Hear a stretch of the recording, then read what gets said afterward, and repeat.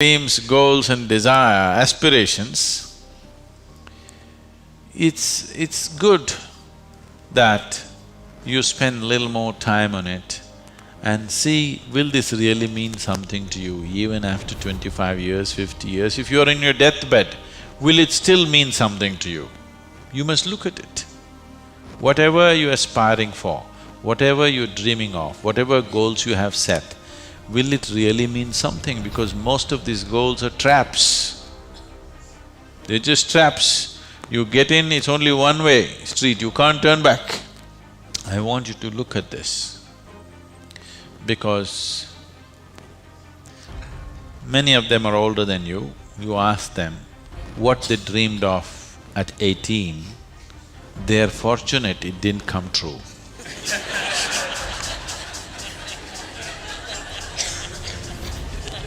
Yes or no? If everything that you desired and dreamed came true in your life, could you live with it?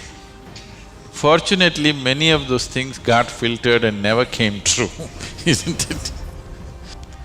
So, it will be very good if anybody of your age, if they want to decide and fix the goals of their life, it'll be very good if they take a break from all influence that's around them. Social influences, family influences, other influences, withdraw somewhere, that's why an ashram. Withdraw somewhere, sit down, meditate, bring yourself to a certain level of clarity and joy. When you're very happy and clear, you must decide. Not in desperation you set goals. Desperate goals that you set will mean a lot to you at that moment. Tomorrow morning you look, you don't know why you're tangled up with it. So, it'll be good. If you're fixing your life, it's best that you do it when you're very, very peaceful, happy and clear-headed, isn't it? Not influenced by anything around you, simply by yourself. Sit and decide what is it that you really want to become in your life, what is it that will be of enduring value for you, not for somebody else, for you. And you don't have to build a personality for that, you strive for that. The necessary persona will come. You must understand what a personality is. The word personality comes from the word persona. Persona means in Greek or in Latin, I'm sorry, is a mask. This is a mask that they used to use in old theaters. Now, the same people will be playing many roles. Let's say Ramayana is happening. You have to play Rama's role also and Sita's role also and Lakshman's role also. For everything there's one mask. You hold this mask and speak like Rama, keep it down. Hold this mask and speak like Sita, keep it down. Hold this and speak like Hanuman and keep it down. This is how the plays were done. So it is those masks which were referred to as persona. So personality means you held a mask and mask got stuck to your face, you couldn't pull it out. That means you have a personality. Personality is something that people are trying to develop because they have no sense of being. Instead of the real thing, you're trying to concretize the fake thing. If you are in touch with your being, why do you want a personality? It's not necessary. You can be a different kind of personality in different places. You are actually already. Or are you stuck with one personality? Some people are. People who are simplistic in their head have only one personality. Others have different personalities in different areas of life, isn't it? If you had seen me before like 1999, that is before the consecration of Dhyanalinga, I was a completely different kind of person, okay? To such an extent, everything about me was so different. Well before that things happened that was beyond me, but this was conscious. At that time I was single-minded towards a certain purpose, I was in a certain way. So after… I never thought I will live beyond that. but somehow things happened.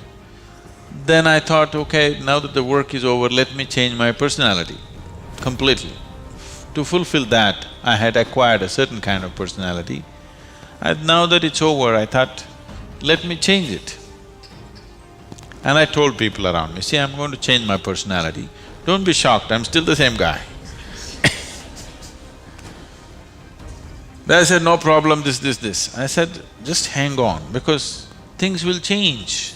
Everything about me will change, the way I operate will change, the way I speak will change, the way I dress will change, the way I do, everything will change. They said, no problem, we know you, we love you with this. I said, that's okay, hang on tight, because when things change, people fall off. Lot of people fell off because they couldn't believe. Where is that person that they knew?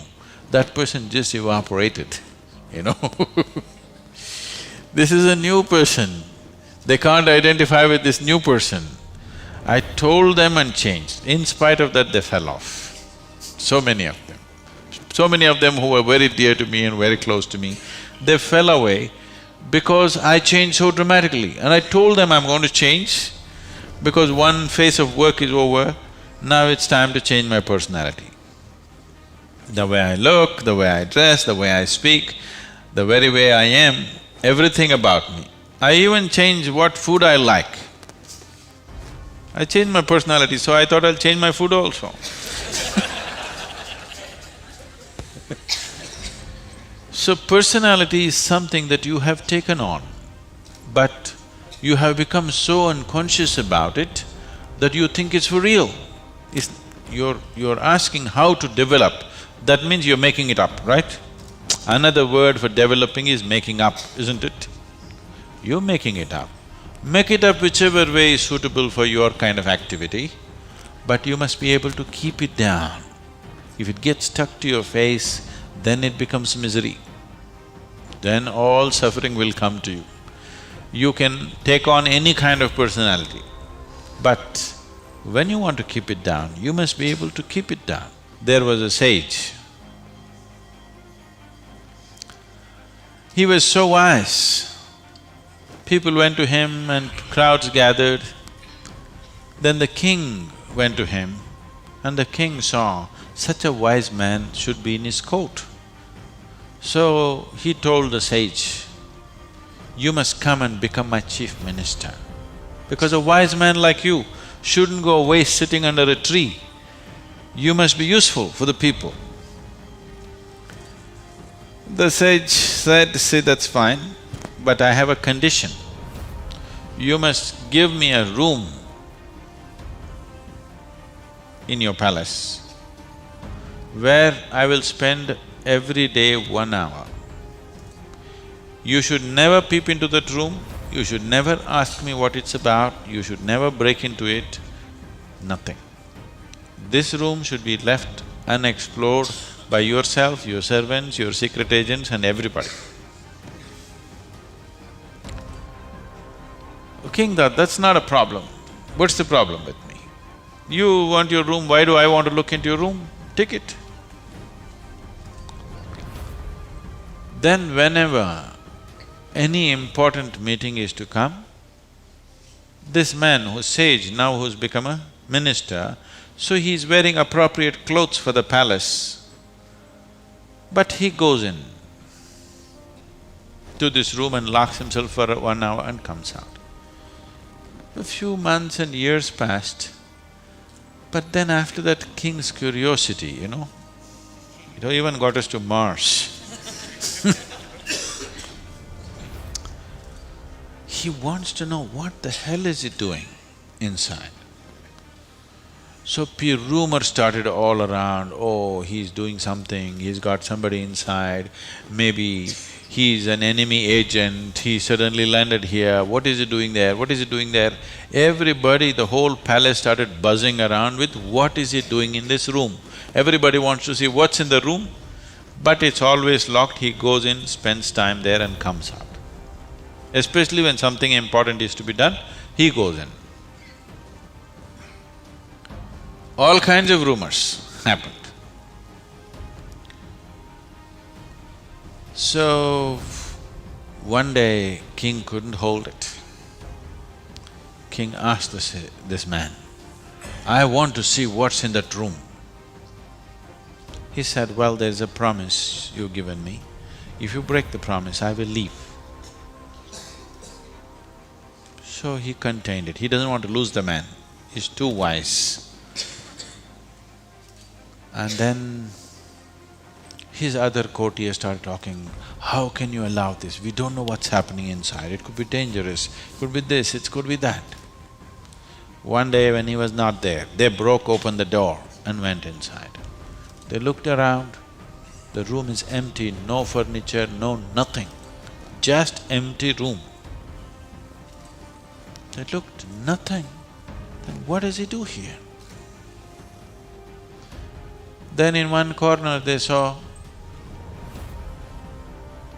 very, worn out clothing hanging there and a begging bowl. They went. They couldn't make out what this is. Then he came in. He said, "Well, you wanted to see, you have seen." The king asked, "What do you do here?" He said, "Whenever I want to make any important decision, I come here, wear my worn-out clothes and sit with a begging bowl clearly, that I don't want to be caught up with all the things of the palace. I want my wisdom not to be lost in these clothes and in this jewelry and in this stuff. So I come here, wear those clothes, sit with my begging bowl, make the decisions and then come out. Now you've broken the promise," and he left. So, this is what meditation is for you. Every day when you sit, you strip yourself down. You don't have to do anything about it. If you sit there simply, see, anything that's made up needs constant support from you, isn't it? See, suppose you tell a lie.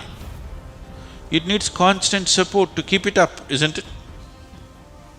But if something is true, you can even forget it, but it's still there, isn't it? You understand what I'm saying? If something is true, even if you forget it, it's still there, no problem. But if it's a lie, you have to keep it up. Your personality is a lie. Your being, your existence is the truth. You don't have to keep this up. This will be anywhere there. What you make up for the sake of the society, to function in the society, you need a certain kind of makeup. You must be able to keep it down. If you're going to bed fully made up, then something wrong with you